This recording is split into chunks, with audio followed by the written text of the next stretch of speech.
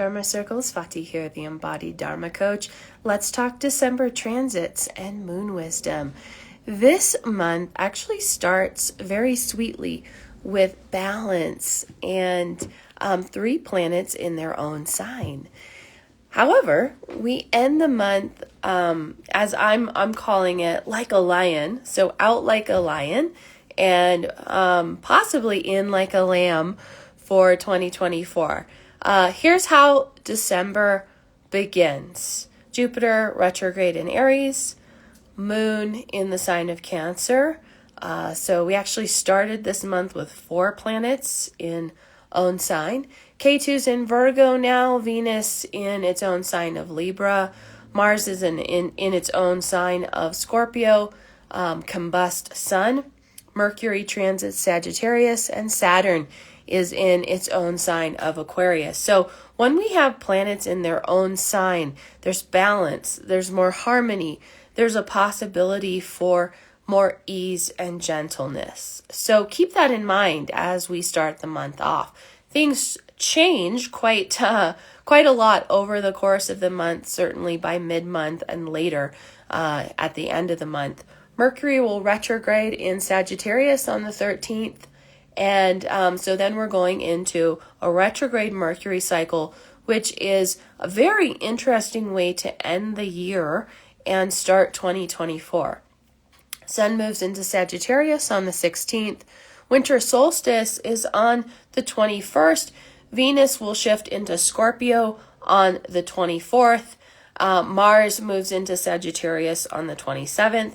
Then we have Mercury retrograding back into Scorpio on the 28th as the year ends, and Jupiter goes direct in Aries on the 30th, right before the end of this year. So really interesting cycle to close 2023. New moon in Scorpio and Jyeshta Nakshatra on December 12th. This new moon is very interesting and complex. We're coming up on this new moon shortly. Moon will be in its debilitation sign of Scorpio, and it will be conjunct Sun and Mars. And there's quite a heated transformational process, passionate process taking place in the sign of Scorpio right now, especially for Sun and Mars. Mars is getting overheated. He's already hot and fiery, but he's been combust the Sun. So watch for inflammation, watch for aggression, excess anger, passion, feeling fried or overheated internally.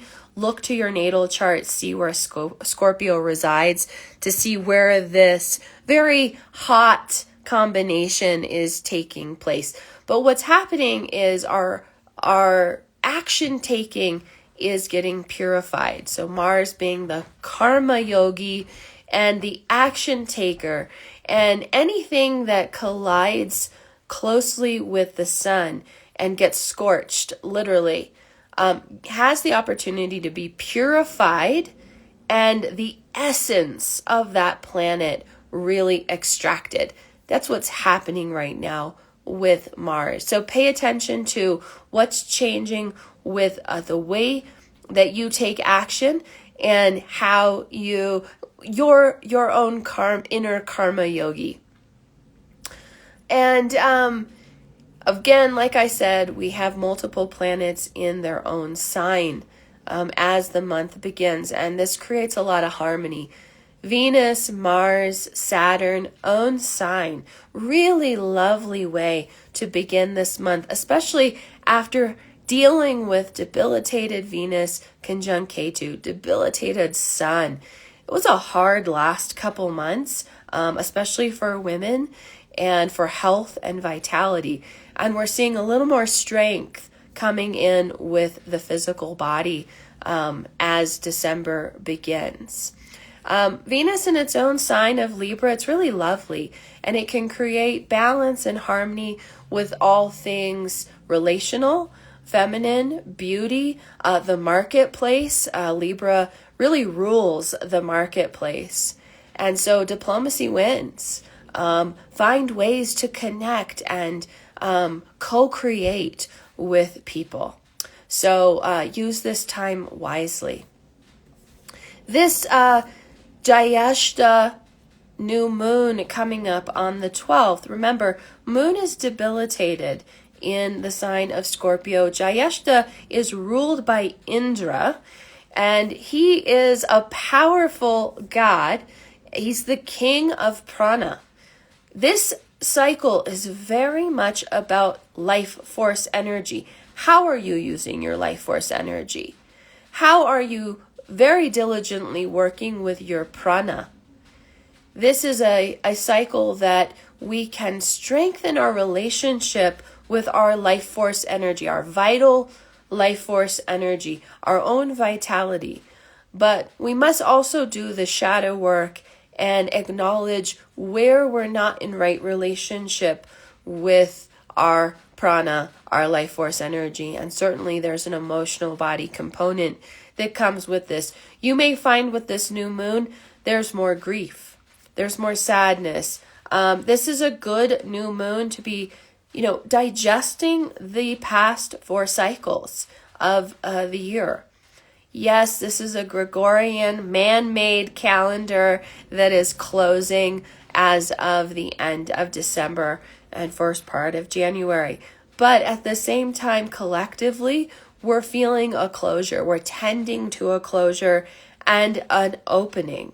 And so collectively, there's this sifting and sorting, this closing and releasing. I like to use this time of year to digest, contemplate, and really be intentional with what am I leaving behind and what am I no longer willing to allow, what needs to change, what worked, what didn't work.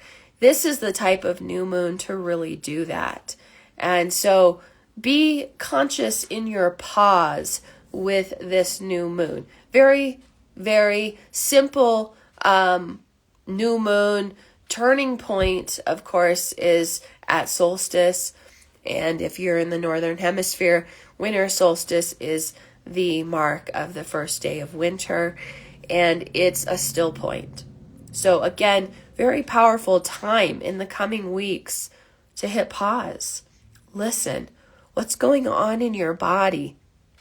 What is your body telling you that it needs? And my reminders for the December new moon: what are you moving towards? What are you moving away from? What are you moving towards? What are you moving away from? Now, we may have this very sweet pause that requires some grief work with the new moon. However, the full moon of December and the way that we close the year is, like I said, going out like a lion. And our full moon of December is in Gemini and Ardra Nakshatra. This is Ardra's domain, and it has very much to do with grief work, and it's very powerful, and it's not always comfortable. When we are working with Ardra Nakshatra, I actually call this the rock star constellation, because those that have this big energy in their chart, this Rudra energy, this Ardra energy, they have that rock star energy. I don't have that energy. I'm always in awe of those that do. But if you have Ardra in your chart, you probably know what I'm talking about. You have that endless big energy that just, it's like you can keep going and going. Make sure you don't burn yourself out, over push, overdo with this full moon. The tendency is to ride that big wave of energy and lose connection with your body and its wisdom. Be very careful with the overgive, overdo, especially around the holidays. And Ardra is very big energy, very Rudra, storm god energy. So the year closes with this lion energy. Mars is at the edge of Scorpio by the time the month closes. Remember, as a planet leaves a sign, it strengthens. And Mars is in its own sign of Scorpio. This is nice for the Scorpios out there. Any other Scorpios? I'm a double Scorpio, and I am really enjoying the Mars in Scorpio energy. We only get this every couple years, so make some hay while the sun shines. Mercury will still be retrograde at the end of the month and at the time of the full moon, returning to Scorpio. So what's interesting about this timing is that we'll have this exchange. Mars will be moving forward into Sagittarius. Mercury will be retrograding back into Scorpio, and they'll be crossing and in exact conjunction when they cross. They cross swiftly on the 27th, but nonetheless, be mindful of the nature of these two planets crossing. Mars he doesn't love Mercury. He's action, do, warrior. Warriors are not trained to think, and they're not supposed to think. They're supposed to act. Mercury is thinking mind. And so these two kind of oppose each other. There might be something going on the 27th and around there where there is confusion or questioning or deep contemplation. You don't need to take action steps at that time. Try to hold back and wait until the dust settles before making major choices. Jupiter goes direct on the 30th. We will be feeling his slowing down and his momentum, his direct motion. For the teachers, the gurus, the Dharma workers, Jupiter is extremely significant for us. So this is a time to slow down. You may be feeling confused or distant or uncertain about your teaching, your wisdom, your gifts, the way that you're sharing your offerings in this world. Give it some time. Let yourself slow down and pause with Jupiter and trust that the clarity will be coming in the weeks ahead as he moves direct. So the Ardra full moon is very much about honoring grief and transforming your grief to create space for more of what nourishes you, more of what you need, creating space for pleasure, contentment, joy, and prosperity. And we don't get there without doing the grief work, without cleaning out the closet, so to speak, making space for the new.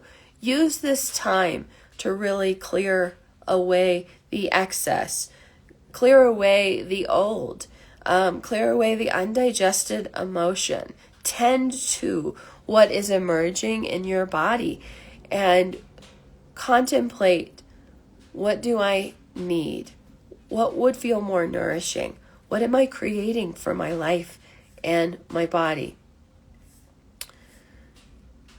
So Ardra, like I said, is connected to Rudra, powerful storm god energy. Be mindful of your own emotion as well as others' emotions, and try not to get sucked into drama, chaos, storm energy like that, okay? And even though this is the Gregorian calendar and this is not the Vedic calendar, we are closing a cycle at the end of December and opening a new cycle collectively. This is a powerful time to pause, listen, and contemplate the last 12 months. And I do hope you'll spend some time taking care of your body, really listening to what you need and creating space for the new. I hope this was helpful for you. We have a lot to look forward to over this next month. Be gentle with yourself. Be gentle with your body. If you would like my extended moon wisdom and transit report, comment transits below and we'll get you the details. All right, I'll talk to you soon and see you in the new year. Bye.